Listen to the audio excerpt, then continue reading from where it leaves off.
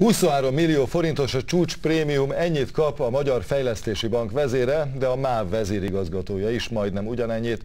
A kormány is a Blik cikkéből tudta meg, melyik állami cég vezére mennyi jutalmat kap.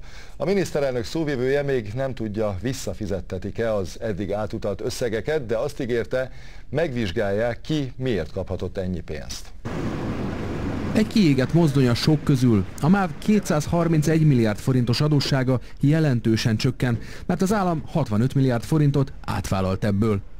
Így is 19,2 millió forint prémium jár a cég vezérigazgatójának.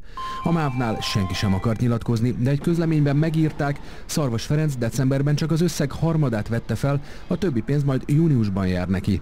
A MÁV azt is közölte, a vasútnál nem csak Szarvas Ferenc jár jól.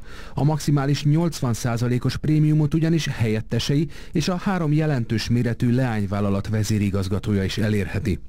Havi bruttó 2 millió forint fizetési plafon bevezetése az állami költségvetési szférába. Megválasztása után jelentette be a miniszterelnök, hogy egyetlen állami cég vezetője sem kaphat havi 2 millió forintnál magasabb fizetést. A prémiumokról viszont nem beszélt. Havi bruttó 2 millió forint fizetési plafon bevezetése, fizetési plafon. Így a Magyar Fejlesztési Bank vezérigazgatójának 23 millió forint prémium jár. A Magyar Posta vezérigazgatója 19,2 milliót, a Fővárosi Vízművek vezérigazgatója 15,8 milliót, a Budapesti Fürdők vezérigazgatója pedig 6,4 milliót kaphat. Miközben a főpolgármester szerint is csődközeli helyzetben van a BKV, a Budapesti Közlekedési Központ vezérigazgatója, Vitézi Dávid is 7,6 millió forintos prémiumot kaphat.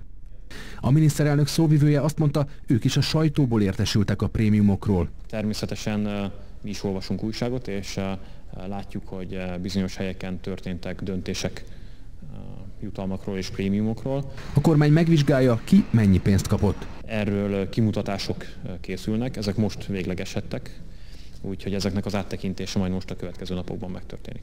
Csak ezután döntenek majd arról, vissza kell-e fizetniük a felvett prémiumot az állami cégek vezetőinek.